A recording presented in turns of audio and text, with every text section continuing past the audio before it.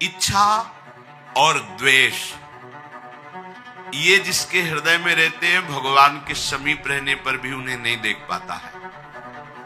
हे प्रभु, जिसे कभी कुछ पाने की इच्छा नहीं है, आपसे सहज में प्रेम है, उसका हृदय आपका निज घर होता है। यहां श्री भगवान कह रहे हैं, ये इच्छा ही जीव के बंधन का कारण है। यहां तो इच्छाएं समुद्र की तरंग की तरह अटखेलियां कर रही, अनंत इच्छाएं, ऐसा हो जाए, ऐसा हो जाए, ऐसा हो जाए। इच्छाओं का कभी अंत नहीं पाया गया। ये जो इच्छा है, ये भोग लूं, ये देख लूं, ये पा लूं, प्राकृतिक, इस संसार के दृश्य देखने की, संसार के भोग भोगने की, संसार के मान प्रतिष्ठा की कोई भी इच्छा, सबसे बड़ा बाधक भाव ये इच्छा ही है। जो महापुरुष भजन करके भगवत स्वरूप में स्थित होते हैं, बिना इच्छा के सब कार्य चलते हैं। वो इच्छा वाला नहीं, उनको नहीं जान सकता। उसके हृदय में निरंतर प्रभु प्रकाशित होकर क्रीड़ा करते हैं, जिसके हृदय में कोई भी भोग इच्छा नहीं होती। जाहि न चाही कबहु कछु, तुमसन सहज स्नेह, बसहु निरंतर तासुर सोराउर निज गेह। हे प्रभु, जिसे कभी कुछ पाने की इच्छा नहीं है, आपसे सहज में प्रेम है, उसका हृदय आपका निज घर होता है। आप वहां निरंतर वास कीजिए, वो आपका घर है। श्री वाल्मीकि जी महाराज कह रहे हैं। यहां श्री भगवान कह रहे हैं, ये इच्छा ही जीव के बंधन का कारण है। यहां तो इच्छाएं समुद्र की तरंग की तरह अटखेलियां कर रही है। जैसे समुद्र में अनंत तरंगे, ऐसे अनंत इच्छाएं, एक दो इच्छा है, अनंत इच्छाएं, ऐसा हो जाए, ऐसा हो जाए, ऐसा हो जाए। अगर कहीं प्रारब्ध वशात भगवद इच्छा से ऐसा हो भी जाए तो और भी इच्छाएं, इच्छाओं का कभी अंत नहीं पाया गया। इच्छा त्याग से ही इसका अंत होता है। इच्छाओं की पूर्ति से कभी भी किसी की इच्छा रुकी नहीं है, आज तक इतिहास साक्षी है। हमारी इच्छा पूर्ति हो जाए तो हम फिर भजन करने लगेंगे, ऐसा सोच केवल हो सकती है। पर जहां वो इच्छा की पूर्ति हुई, ताओ और इच्छाएं प्रकट हुई और उसमें फंस गया। इच्छा और द्वेष ये जिसके हृदय में रहते हैं, भगवान के समीप रहने पर भी उन्हें नहीं देख पाता है, और उसे फिर ना चाहते हुए द्वंद्वों में पिसना पड़ता है। सुख दुख, लाभ हानि, जय पराजय, हर्ष शोक, जन्म मृत्यु, ये सब द्वंद्व हैं। ना चाहते हुए भी उसे इसमें पिसना पड़ेगा। जिसके अंदर भोगों की इच्छा है और दूसरों से द्वेष है। संपूर्ण प्राणी इसी मूढ़ता को लेकर अनंत काल से दुख भोग रहे हैं, जन्म मरण को प्राप्त हो रहे हैं। मेरे समीप रहने पर भी वो मेरा अनुभव नहीं कर रहे। स्पष्ट भगवान कह रहे हैं कि ये इच्छा और द्वेष, इच्छा को ही राग कहा गया है। ये राग द्वेष ही संपूर्ण सृष्टि को बांधे हुए हैं। इच्छा और द्वेष जिसके हृदय में है, वो द्वंद्व में सदैव पिसता रहता है। कभी लाभ हो गया तो हर्ष से फूला नहीं समाता, कभी शोक हो गया तो बहुत दुखी हो जाता है। ऐसे ही पूरा जीवन व्यतीत हो जाता है। कहीं सम्मान मिला तो सुखी हो गया, अपमान मिला तो दुखी हो गया, अनुकूलता मिली तो सुखी हो गया, प्रतिकूलता मिली तो दुखी हो गया। और ये सृष्टि चक्र है, कभी एक जैसा चलता नहीं है, ये परिवर्तनशील है। आज वाह वाह तो कल निंदा होगी, आज निंदा तो कल यश होगा, ये क्रम चलता रहता है।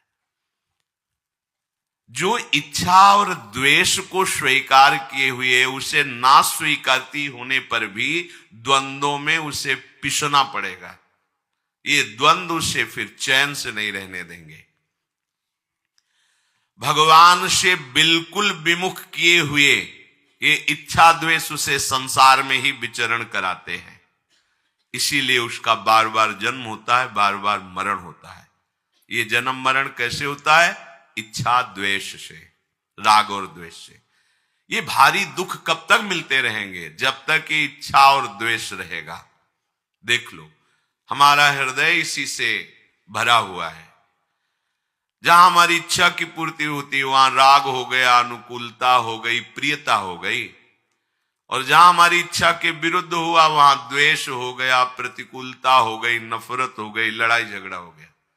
ऐसे पूरा का पूरा द्वंद्व हमें हर समय पीड़ित करता रहता है। श्री भगवान कह रहे हैं, जो विमुख जन है वो मेरे भजन में रुचि नहीं रखते, भजन करना नहीं चाहते, क्योंकि वो विवेक का प्रयोग ही नहीं करते हैं।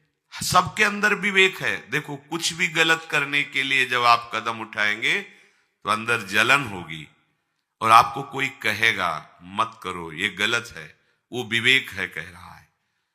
पर वो आप जब नहीं मानते हैं तब फिर बुद्धि आपको सहयोग देने लगी। विवेक दब गया, बुद्धि अपना काम। अगर बुद्धि के ऊपर विवेक का शासन रहे तो आपसे ना किसी से द्वेष होगा, ना किसी से राग होगा। ये उपासक में होता है। जो भगवत सन्मुख उपासक भजन परायण होता है उसकी बुद्धि विवेक के शासन में रहती है सबके विवेक, पर वो विवेक का आदर ना होने के कारण बुद्धि स्वतंत्र रूप से निर्णय करती रहती है और वो नाना प्रकार के द्वंद्वों में फंस जाता है, पिसता रहता है।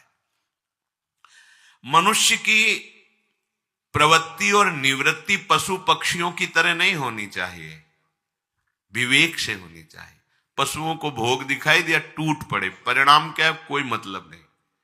ध्यान दीजिए, आपको विवेक मिला है, सामने कोई अनुकूलता दिखाई दे रही, कोई भोग दिखाई दे रहा है, कोई इच्छा की पूर्ति दिखाई दे रही, तो विवेक से पहले सोचिए ये कहीं अधर्म तो नहीं है, ये जो मैं करने जा रहा हूं कहीं पाप आचरण तो नहीं है, ऐसा तो नहीं शास्त्र विरुद्ध आचरण मेरे द्वारा ये होने जा रहा है। विचार कीजिए, क्योंकि पशु में विचार नहीं होता, मनुष्य में विचार करने का अवसर दिया गया है। यदि आप विचार नहीं करते और भोगों में टूट पड़ते हैं तो आप और पशुओं में फिर क्या अंतर रह गया? फिर इस मनुष्य देह की दुर्लभता क्या रही? मनुष्य अपने विवेक को महत्व ना दे करके इच्छा का महत्व देता है। बहुत भगवान बोल रहे हैं, इसलिए सत्य विषय। अंदर से विवेक हमें उपदेश करता है, हम उसका आदर नहीं करते, हम अपनी इच्छा का आदर करते हैं। जब तक मनुष्य अपनी इच्छा का आदर करता रहेगा, विवेक का अनादर करेगा, तब तक उसकी ये बार बार जन्म मरण परंपरा रुकेगी नहीं। इसका मतलब ये समझ में आया कि उपासना का मतलब है इच्छा को मिटा देना। इच्छा को मिटाना बड़ा कठिन है, तो समर्पित कर दो, श्री हरि को समर्पित कर दो। आप देख लेना प्रभु, मेरी तो इच्छा ये है, पर आपकी इच्छा क्या है आप देख लेना। अगर आपको उचित लगे तो पूर्ण कर देना, अनुचित लगे तो मेरे मांगने पर भी कभी पूर्ण मत करना। तो ऐसे सर्वज्ञ भगवान को अपनी इच्छा दे देने से हम इच्छाओं से मुक्त हो सकते हैं। या फिर विवेक बल से अपनी इच्छा का मर्दन कर दीजिए, क्योंकि जितनी भी इच्छाएं वो शरीर और इंद्रियों को लेकर होती हैं। अगर कहीं भगवत प्राप्ति की इच्छा हो जाए तो सब इच्छाओं के नाश करने की सामर्थ्य आप में आ जाएगी। जो साधक इच्छा के अनुसार बातें स्वीकार करता है और इच्छा के अनुसार त्याग देता है, उसका पतन हो जाता है। ध्यान देने योग्य बात है। हमारी इच्छा के अनुकूल गुरुजनों की बात हुई तो स्वीकृति, और इच्छा के प्रतिकूल हुई तो करके देख लेना, परिणाम में आपका स्थान निम्न कोटि का होगा। जो उच्च स्तर का भगवदी वातावरण में प्रवेश, वो आंतरिक नहीं होगा। आंतरिक प्रवेश तभी होता है अध्यात्म में जब जोई जोई प्यारो करे सोई मोहि भावे। अपनी इच्छा का ही मर्दन कर देना ये महात्मा का स्वरूप है, चाहे वो गृहस्थ में हो चाहे विरक्त में हो। यह अध्यात्म उपासक का स्वरूप है। विनिवृत्य कामा, जो अध्यात्म नित्या है, नित्य अपने आत्म स्वरूप में स्थित होना चाहता है या भगवत प्रेम प्राप्त करना चाहता है, कोई भी सद असद इच्छा नहीं, न सद न असद। विनिवृत्त कामा, तो अपने आप देखो इच्छा खत्म तो द्वंद्व विमुक्ता, समस्त द्वंद्वों से मुक्त हो जाता है। बिल्कुल सत्य सिद्धांत। कोई न सद इच्छा ना असद इच्छा, क्योंकि ना हमें सद इच्छा की जरूरत है ना असद इच्छा की। जो हमारा स्वरूप है उसके लिए इच्छा की जरूरत नहीं, इच्छाओं के त्याग की जरूरत है। ये गूढ़ रहस्य अध्यात्म का है। ऊंचाई पर पहुंचोगे तब समझ में आएगा, प्राकृतिक धरा से आप इसको नहीं समझ सकते। तो श्री भगवान कह रहे हैं कि वृत्तियां होती हैं दो तरह की, एक होती है लगाने की वृत्ति, एक होती है हटाने की वृत्ति। सब में होती है, स्वाभाविक भगवान ने रचना की है। दो प्रकार की वृत्तियां होती, एक हटाना, एक लगाना, अर्थात अन्वय और व्यतिरेक। व्यतिरेक नहीं करना, अन्वय हाँ है, ये करना है। अब ये दोनों बातें संसार में मनुष्य लगा दिया। अनुकूल को लगाने में स्वीकार कर लिया और अपनी इच्छा के प्रतिकूल को हटाने में बात बिगड़ गई। एक वृत्ति हटाना, एक है लगाना। दोनों अनुकूलता को लेकर के वो कर रहा है। देखो अंतःकरण धर्म के अंतर्गत देखो, जो उसे प्रिय लगता है उसमें तो वृत्ति लगाता है, जो अप्रिय लगता है उससे वृत्ति हटा देता है। यह संसारिक ही है। हटाना और लगाना कहां से हमें प्रमाण होगा? प्रभु में वृत्ति लगाना है और भोगों से वृत्ति हटाना है। शास्त्र की, गुरु की आज्ञा में वृत्ति लगाना है और उनके विरुद्ध आचरणों में वृत्ति हटाना है। ये तो हुआ सही प्रयोग इसका। पर हम लोग क्या करते हैं, मन की इच्छा में लगाना है और मन की इच्छा के विरुद्ध हटाना है। वो इच्छा में ही विचरण कर रहा है। हटाना लगाना उसका कोई महत्वपूर्ण नहीं हुआ। संसार से राग रहित तो होना ही हमारे जीवन का परम लक्ष्य होना चाहिए। जब वृत्तियां दोनों प्रकार से हम संसार में ही लगा देते हैं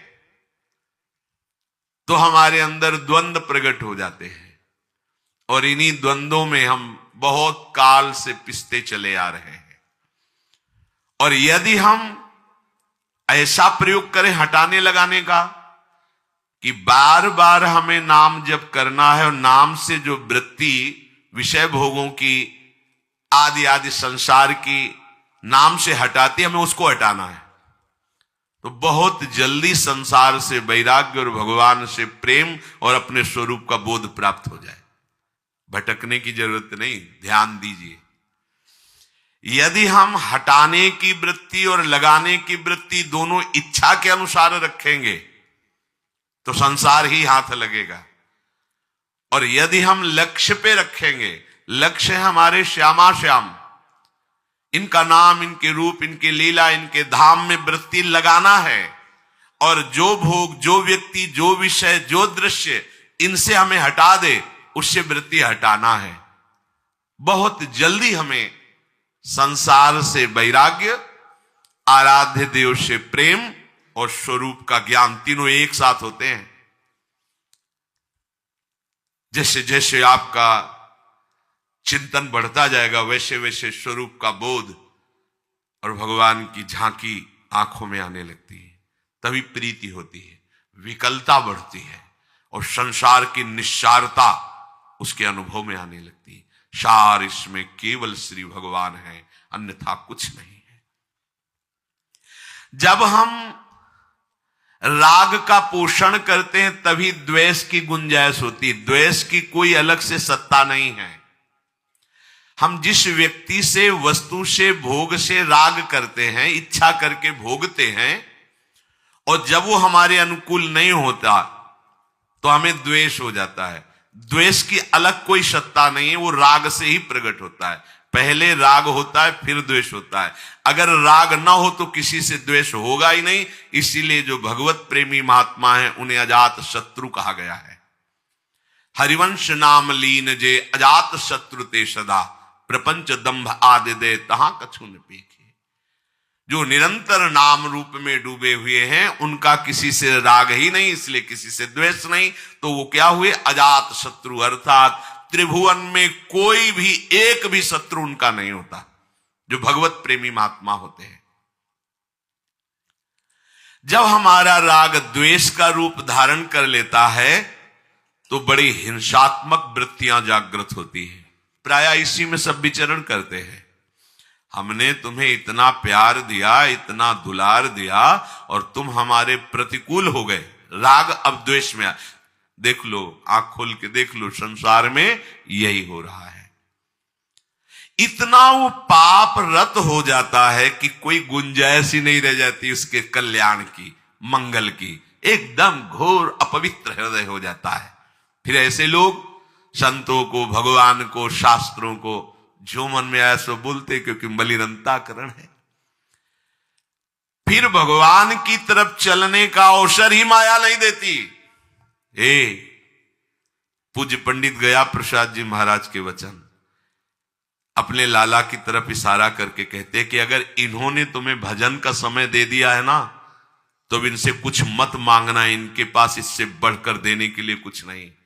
अर्थात ये जितना मायाकृत वैभव है, इससे सबसे श्रेष्ठ फल है कि हमें समय दे दिया गया भजन करने का।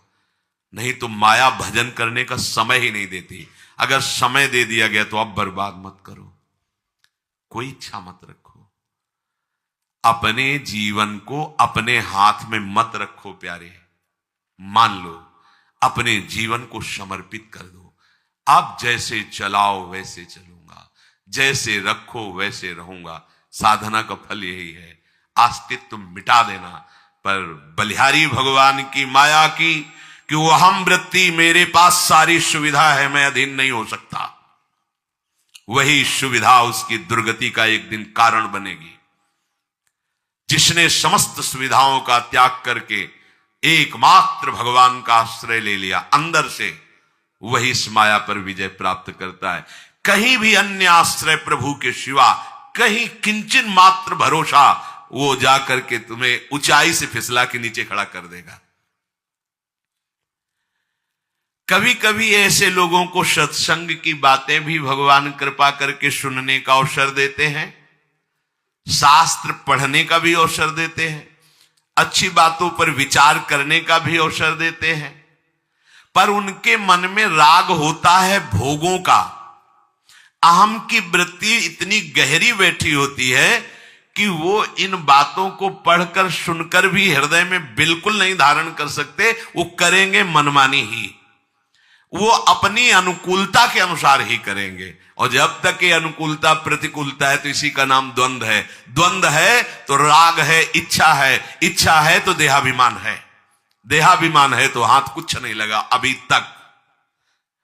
ये देहाभिमान जितना गलित होता है उतना ही साधना में कुछ प्राप्त हुआ है। पूज्यपाद सिउड़िया बाबा जी महाराज, जिनका मन एकाग्र है, जिनको किसी नवीन भोग भोगने की इच्छा नहीं है, जिन्होंने अपना पूरे जीवन का भार प्रभु के चरणों में समर्पित कर दिया, योगक्षेमं वहाम्यहम् केवल अनन्यस्य चिन्तयन्तो माम, वो देहाभिमान रहित महापुरुष परम पद को प्राप्त होते हैं। जब उपासक प्रतिकूलता को हटाना खास बात समझ लेता है और अनुकूलता को भोगना खास बात समझ लेता है, तो वो परमार्थ का पथिक नहीं, वो केवल जीवन निर्वाह कर रहा है। ध्यान दीजिए, अनुकूलता को भोगना, प्रतिकूलता को हटाना, ये साधक का कार्य नहीं है, ये सांसारिक पुरुष का कार्य है। भगवत भजन को बढ़ाना और संसार के चिंतन को हटाना, यह साधक का कार्य है। अनुकूलता प्रतिकूलता की तो कोई गुंजाइश ही नहीं। भारी से भारी प्रतिकूलता में भी वो निर्भय होकर निरंतर आराध्य देव के चिंतन में लगा रहता है। भारी से भारी अनुकूलता में भी दैन्य होकर के भगवान के चरणों में निरंतर अपने चित्त को लगाए रखता है। परमार्थ और व्यवहार का अंतराय है।